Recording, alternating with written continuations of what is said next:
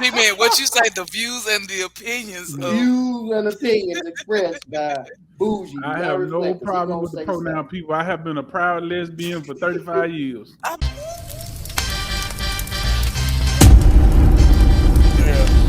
Oh, see, that's when the cam goes off right there. You say you a proud lesbian, you get on my nerves. Go away. Yeah. So B-Dub, so get us into these videos, my guy. So this first video, so just get everybody up to speed if you don't know. Because I had to Google this chick. I don't know who she is, but some chick goes by the name of L'Oreal. She's tried to be a rapper. She was on Love and Hip Hop. She's a radio personality. But anyway, her and Michael B. Jordan apparently went to middle school together. She had an opportunity to interview on the red carpet at the Creed premiere, and she interviewed Michael B. Jordan, and he called her out on some things that she may or may not have said. She denies it, and then she gave her excuse. So we're going to watch the first video. We'll chop it up. We're going to see what her rebuttal is. We'll chop it up, and then we'll see what's going on with Coach Prime. Michael B. Jordan, the director and the star of Creed 3. And, you know, we know each other. We go way back all the way to Chad Science in Newark, okay? The corny kid, right? Corny kid, right? Busted. No, I did not say that. Misquoted for sure. Stop the cap. No, you did not hear me say. I said we used to make fun of the name, but yeah, he is obviously killing things out here. Back then they didn't want me, now I'm hot, they all on me. How was the difference between you actually directing and working with the same people that you were directed with versus? It was awesome. You know, it's a family vibe. Yeah. Last nine years of my life, I spent on the Creed films. They're very supportive. You know, Tessa, Felicia, Rashad, Wood Harris, people that seen me grow up. And for the fact that I stepped behind the camera and finally got a chance to direct them, they loved it, they embraced it, and it was a wonderful experience. And was it difficult for you mentally because you're coming out of a different space? I didn't know he was doing the athletic gear. I mean, I was staying in it. This is about y'all. This ain't about me. Isn't this the sexiest man show off right here? Who's the sexiest man? Because now who's the sexiest man? Because I thought you said you're on the way up. He might be the one right now. This is the one. This is the one right here. Yeah. So is it a tie? Ain't no tie. We don't compete. Yeah, we don't compete. Two number ones. Batman and Batman. Or should I? Oh, no, can't say that. Superman and Superman. Superman and Superman, sorry. Good luck with that. Love you, bro. Well, you're not corny anymore.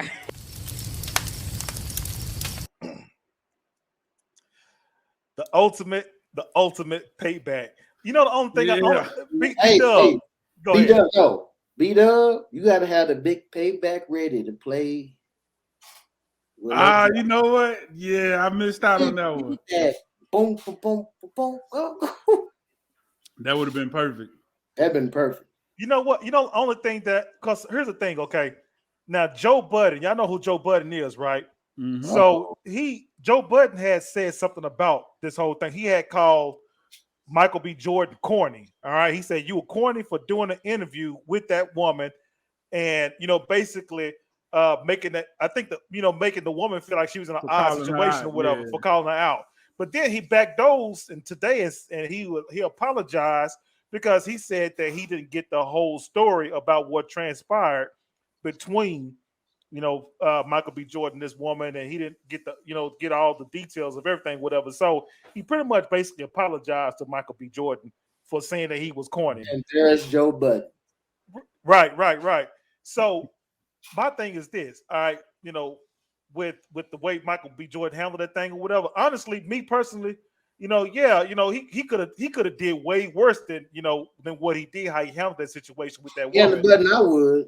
Man, he could have really ripped her up, but he did. To me, for him to just still do the interview with that woman, and he remained, he didn't really just really stick it to her.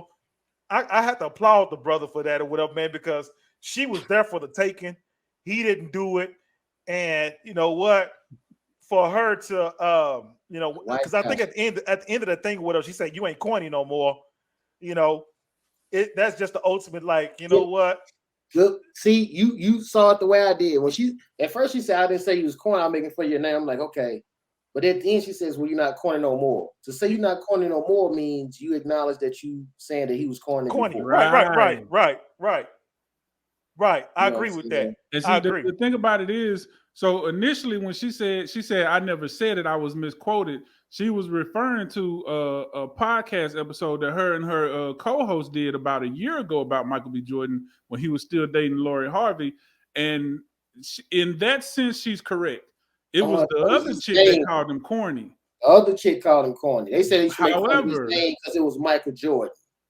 Yeah, she said they just made fun of him, but you know, he had the headshot pictures. Yeah, we'll get to what she said in a couple of minutes, but yeah. So, but I agree. The fact that she said that at the end, well, I guess you're not corny anymore. So technically, even though you might not have said it at that particular time, clearly there's some truth to the quote unquote bullying. I don't think it's bullying. I think it's just teasing, but clearly you did that. But if she said,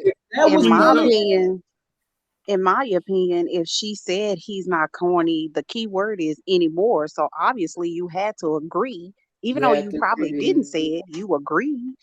Because what does anymore mean? You know, what are you referring to when you say anymore?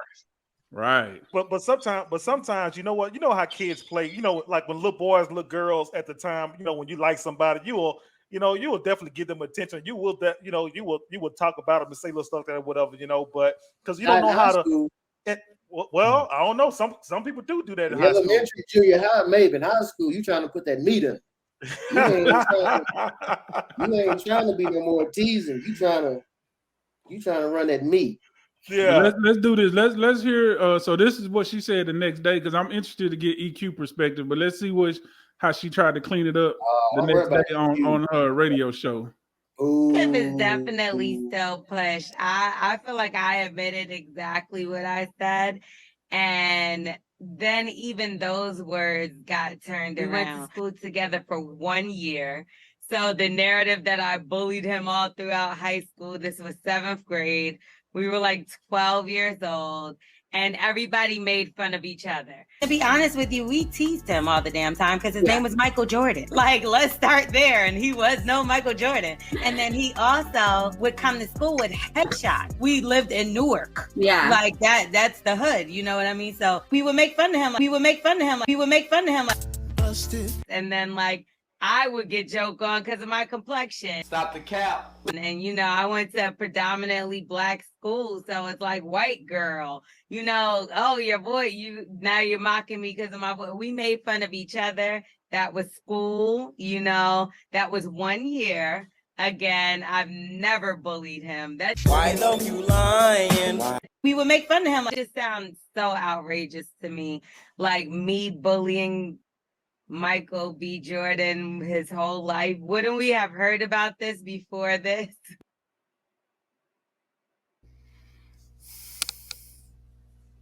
EQ, what do you think about all that? Okay, you made fun of him. You admitted it. Then you try to cover it, but you know, you try to backtrack, you try to cover it up. Sometimes you got to know when to leave well enough alone. Apologize. If anything, she should have apologized and just been like, hey, I was out of line for that interview, for bullying him back in the day or whatever. But instead, she kept adding fuel to the fire. I mean, you keep going on and on and on, how you bullied him, how you made fun of him, da-da-da-da-da. Let it go, boo-boo. Let it go. But no, but this is the thing. She can't right now. If he wasn't on, like this man just sold out box office. So every conversation that she's having from this point out is a business decision.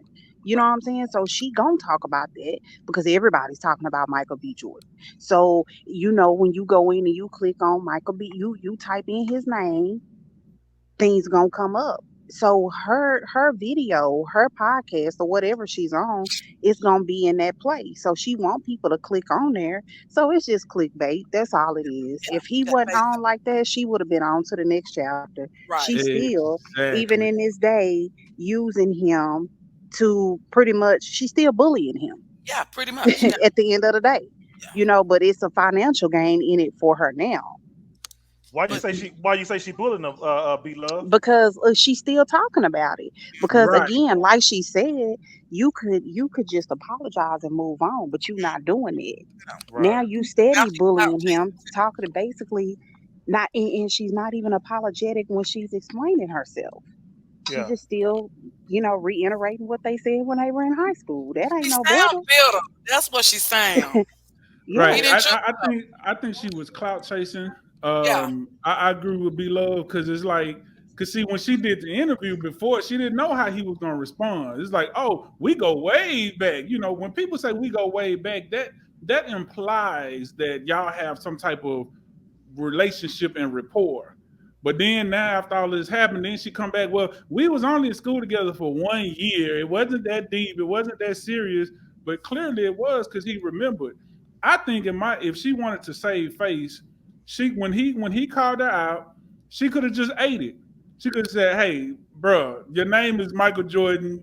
Come on now, everybody was teasing you, but I was wrong. Look at you now. You the man. You did exactly what you said you was gonna do. So hey, I guess you won in the end, and Or just I'm proud of the you. L and went I'm on with proud it. of you for, she could have Yeah, used, what she could have done if she would have had any sense and she had somebody that was promoting what she had going on, she could have used that as a stepping stone in her business by saying, look, I really, I understand, speaking with him privately and saying, hey, I know we probably had some issues growing up. And first of all, I want to apologize for my part in that. But I know it's a lot of kids that's going on with, you came in, you did the movie Creed. That's about, fighting through life's issues. Can I interview you to let children know how to overcome bullying? damn, that's smart. Yeah, Yeah. But yeah. yet and still, she got this hood ass promoter that ain't telling her how to get her money. Cause baby, they would have ate that up. Yep. Right. They would have Yeah. ate that up. And like Right. But EP said, she just steady putting her foot in her mouth because she keep you going back and forth because you like, I yeah, didn't bully him, but then you clearly said that you did make fun of him in school and this and that and kind of going back and forth. And there's another part of the clip that wasn't shown, but she did then try to turn around and play victim excuse me. because she was like, Yeah. everybody was saying that when my co-host called him corny, I didn't stand up for him, but people are now saying that I'm a bully and he's not standing up for me. Like, come on, like, are you serious right now? But and that's why she can't think straight because she's mad.